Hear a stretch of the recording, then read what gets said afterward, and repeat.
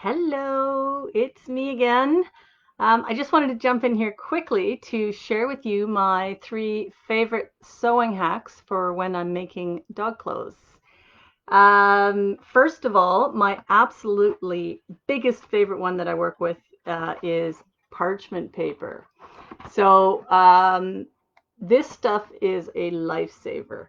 If you are working with that sticky material like I was telling you about yesterday that's got the rubber back on it and it can get really sticky and gummy when you're sewing it and it's going through the sewing machine bed, if you just sandwich it in between some parchment paper like this, it just glides right through the bed. And the great thing about it, I don't know if you can see this, but it actually, you can see the sewing stitches straight through it. So it works really great, and it just makes it a dream to sew when you've got that kind of sticky material to work with.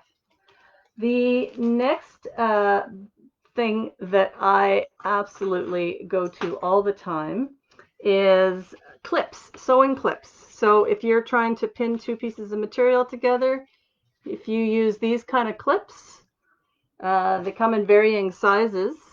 These are fantastic because they don't poke holes in your waterproof material. And clearly, if you're poking holes in your material, you're breaking down the waterproof membrane on it, the what you're looking for in the whole waterproof coat.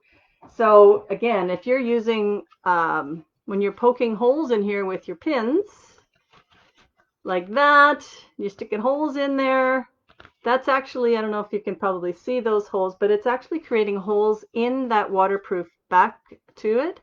And that breaks down that paint, that waterproof paint and the membrane on it, and it allows water go through. Now, clearly we're sewing with machine needles, which does create holes in them, but the less holes that you're creating in there, the better.